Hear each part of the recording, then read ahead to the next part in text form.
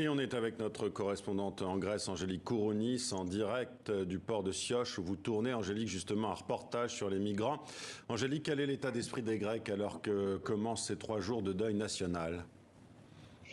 Ici, à Chios, c'est l'île où il y a l'un des 5 centres d'accueil d'identification des candidats à l'asile. Et je peux vous dire que le moral est au plus bas, tant parmi les migrants que parmi les bénévoles et volontaires qui leur viennent en aide dans leur démarche administrative. Tout le monde est effondré. Cette catastrophe n'a jamais eu lieu auparavant. Il y a vraiment des centaines de morts. Ce qui touche, c'est les plus de 100 enfants qui seraient dans la cale quand le navire a coulé à pic. Et vraiment, la polémique enfle parce qu'on se demande comment est-ce qu'on aurait pu éviter cela et comment éviter cela à l'avenir, car il va y avoir, c'est certain, d'autres naufrages. Angélique, on a évoqué la polémique avec Frontex, qui a donc vu le bateau avant qu'il ne fasse naufrage. Une autre polémique est en train de naître, celle qui concerne justement ces 3 jours de deuil national décidés par le gouvernement grec.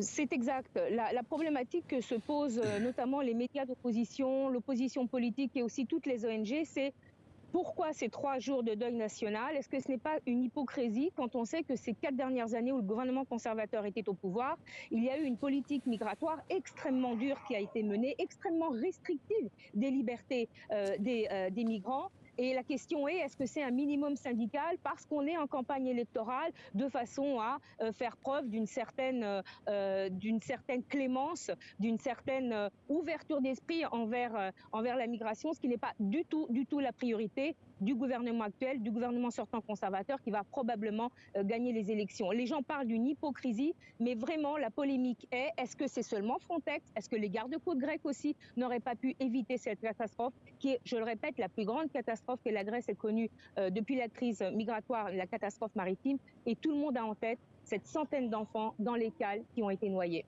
Merci Angélique Kourounis en direct de Grèce avec nous.